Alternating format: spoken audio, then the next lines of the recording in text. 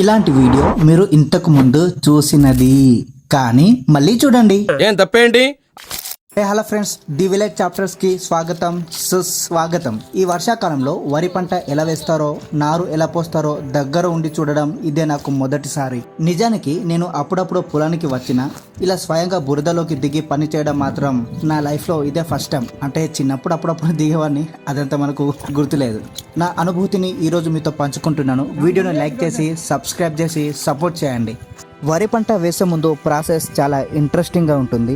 అంటే ఒక్కొక్క దగ్గర ఒక్కొక్కరు ఒక్కొక్క విధంగా వేస్తారనుకోండి. ముందుగా వడ్లను ఇంట్లో నీళ్ళల్లో నానబెడతారు. అలా 3 రోజుల పాటు నానిన వడ్లకు సన్నటి మొలకలు వస్తాయి. ఇలా రెడీ అయిన వడ్లను పొలానికి తీసుకొచ్చి ఇలా సంచిలో నుంచి తీసి చల్లడానికి రెడీ చేసుకుంటాము.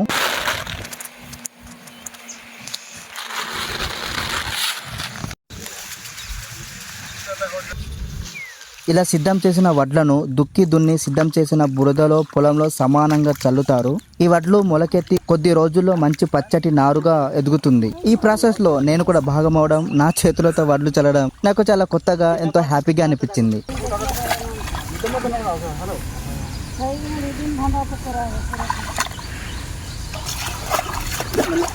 చిన్నప్పటి నుంచి చూస్తూ పెరగడమే కానీ స్వయంగా ఎప్పుడు ట్రై చేయలేదు. సో ఫస్ట్ టైం వేస్తున్నాం నేనైతే.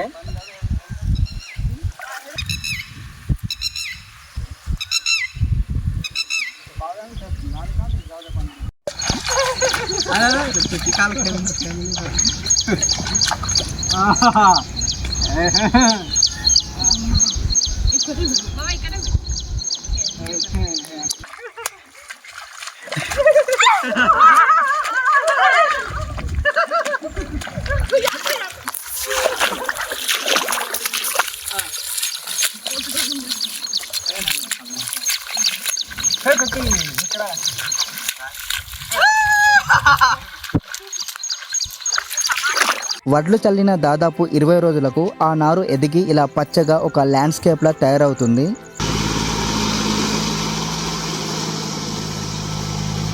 ఆ నారును ఒక్కో నారు మెల్లగా పీకి కట్టలు కడతారు. నారు పీకిన తర్వాత అసలైన ఘట్టం మొదలవుతుంది.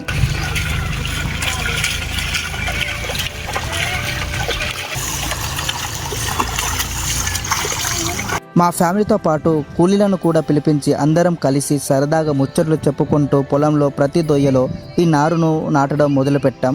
అందరూ కలిసి నవ్వుతూ కలిసికట్టుగా పని చేస్తుంటే ఆ వాతావరణం చాలా ప్రశాంతంగా, ఆనందంగా అనిపించింది. మనం తినే ప్రతి విత్తనం వెనుక ఎంతో కష్టం, ఆనందం దాగి ఉంటాయని ఈరోజు నాకు ప్రాక్టికల్గా అర్థమైంది. రైతన్న పడే కష్టంలో ఉన్న తృప్తి ఏంటో స్వయంగా అనుభవించాను. ఈ వీడియో మీకు ఎలా అనిపించిందో కింద కామెంట్స్లో చెప్పండి. వీడియో నచ్చితే లైక్ చేసి మన ఛానల్ను సబ్స్క్రైబ్ చేసి సపోర్ట్ చేయండి. బాయ్.